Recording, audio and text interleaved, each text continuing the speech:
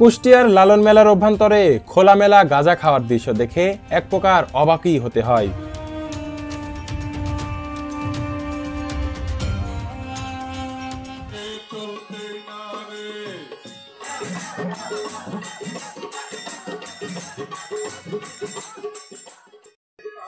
ফকির লালন সাজি যেমন কোনো জাতপাতের ভেদাভেদ করেননি, তেমনিভাবে ভিন্ন ভিন্ন জাতিগোত্রেও সাজিকে ভালোবাসার মধ্য দিয়ে যে এক রংরঙা উৎসব পালন করেন এখানে, সেটিও তুলে ধরব আজকের এই ভিডিওতে।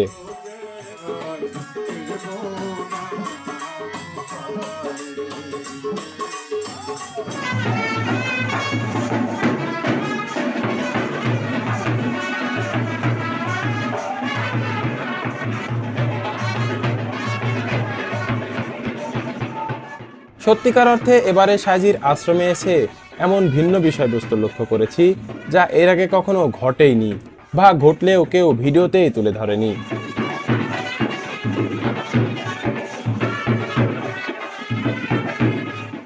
আজকে আমি লালন মেলার বাইরেও এমন কিছু জায়গাতে আপনাদের নিয়ে যাব যেখানে রাতের অন্ধকার এবং দিনের প্রকাশ্যে আলোতে করা কিছু আশ্চর্য ঘটনাও থাকছে এই ভিডিওতে। তাই বিনীত অনুরোধ থাকবে ভিডিওটি একটি লাইক করে দেওয়ার।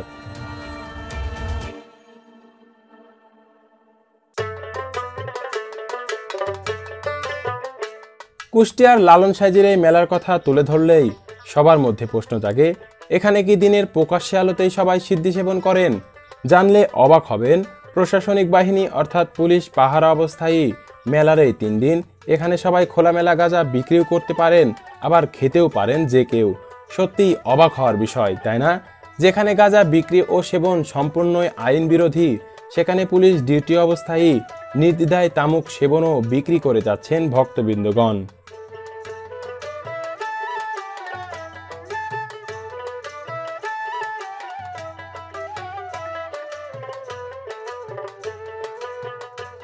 লালন মঞ্চের চারপাশেই বসে এই গাঁজার মেলা। লালন সাজির এই মেলায় গাঁজা খাওয়া বেশ সাধারণ ব্যাপার।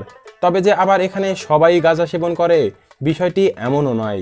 এমনও সাধু ফকির রয়েছে যারা তামাক স্পর্শ করা তো দূরের কথা, ধূমপানের গন্ধ সহ্যও করতে পারেন না তারা।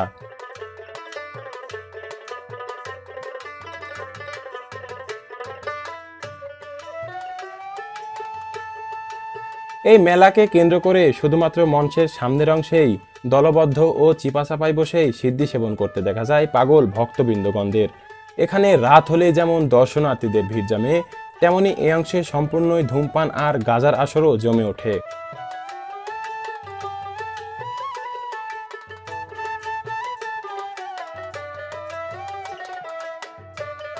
মেলার এই অংশেই শুধু গাঁজা সেবনের বৈধতা আছে, তাই তো দিনরাত প্রায় সময়ই এখানে সিদ্ধি খেতে দেখা যায় পাগলদের।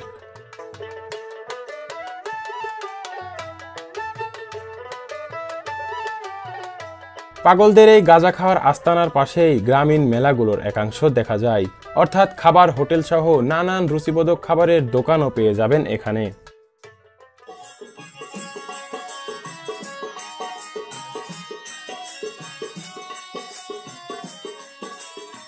লালন সাজির মেলায় নানা বর্ণের ভক্তবৃন্দর আগমন হয়েছে। শুধু বাঙালি ভক্ত নয়, বিদেশি ভক্তবৃন্দরাও সাজির এই অনুষ্ঠানকে যেন উপভোগ করে চলেছেন। দেখুনই না কি দারুণভাবে লালন সাজির এই আচার অনুষ্ঠানকে উপভোগ করছেন বিদেশি এই পর্যটকগুলি।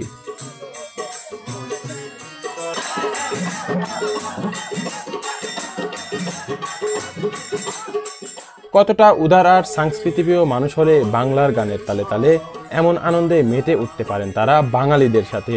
সবকিছু মিলিয়ে এবারে লালন মেলায় বাংলার পাগলদের সাথে সাথে যেন বিদেশি পাগলও এক হয়ে মিশেছে এখানে।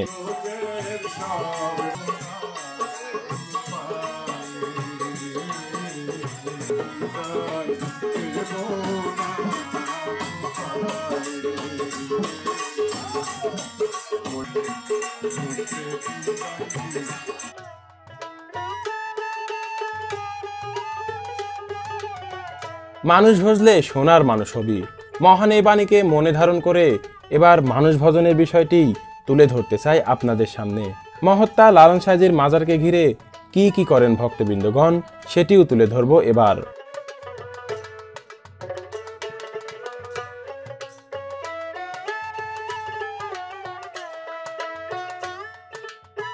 বন্ধুরা, ফকির লালন সাইজির রওজার সামনে যে সমাধিগুলো রয়েছে তাদের মধ্যে অনেকেই সাইজির নিজ হাতে বায়াত, আবার সাইজির থেকে খেলাফতপ্রাপ্ত সাধুগুরুরও সমাধি রয়েছে এখানে। এমনকি লালন সাইজির পালক পিতামাতারও সমাধি রয়েছে এখানে।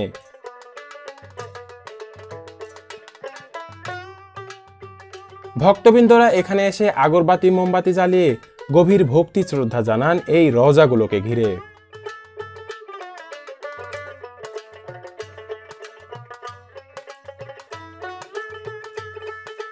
মাজারের ভিতরের অংশে রয়েছে ফকির লালন সাইজি ও তার পালক মাতার রওজা শরীফ। আদবের সহিত মাজারের ভিতরে ভক্তি ভালোবাসা জানান ভক্তবৃন্দ আশিকগণ। মাজারের ভেতরে ছবি তোলা নিষিদ্ধ থাকার কারণে তা দেখাতে পারিনি আমি।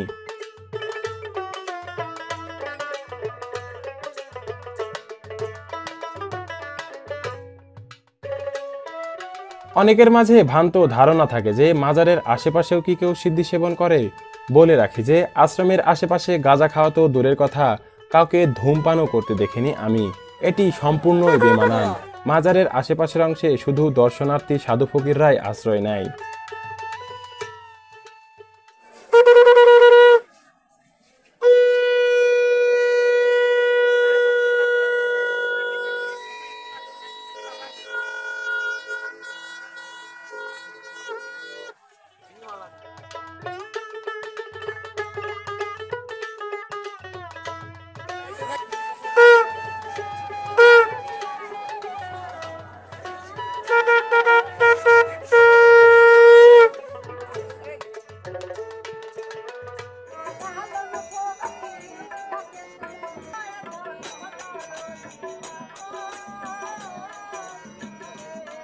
দলবদ্ধ হয়ে গান গেয়ে এমনই আনন্দে মেতে ওঠেন বাউলরা।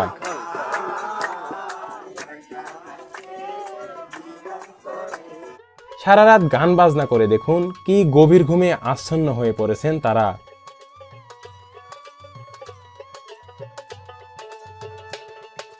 লালন সাইজির তিরোধানের এই 3 দিনের অনুষ্ঠানে অডিটোরিয়ামগুলো ভর্তি হয়ে থাকে সাধু ফকিরদের দিয়ে।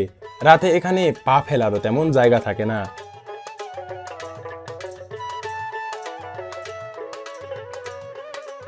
লালন ফকিরের এই তিরোধান দিবসে এত পরিমাণ ভক্তবৃন্দের আগমন ঘটে যে শুধু অডিটোরিয়ামেই তাদের জায়গা দেওয়া সম্ভব হয়ে ওঠে না।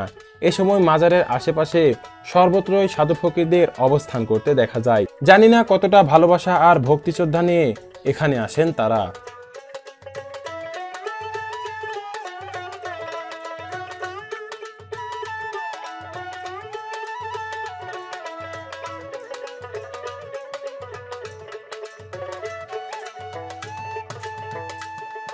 মেলাকে কেন্দ্র করে প্রাকৃতিক নানান ঔষধি গাছের বেচা কেনা চলে এখানে।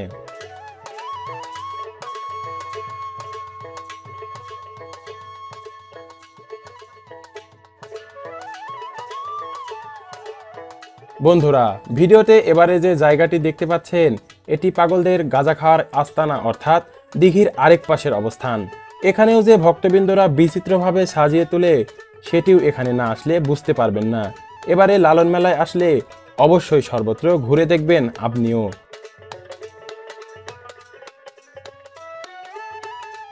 বিনীত অনুরোধ থাকবে চ্যানেলটি সাবস্ক্রাইব করে দেওয়ার। আশা করছি সেই সাথে ভিডিওতে একটি লাইকও করে দিবেন আপনি।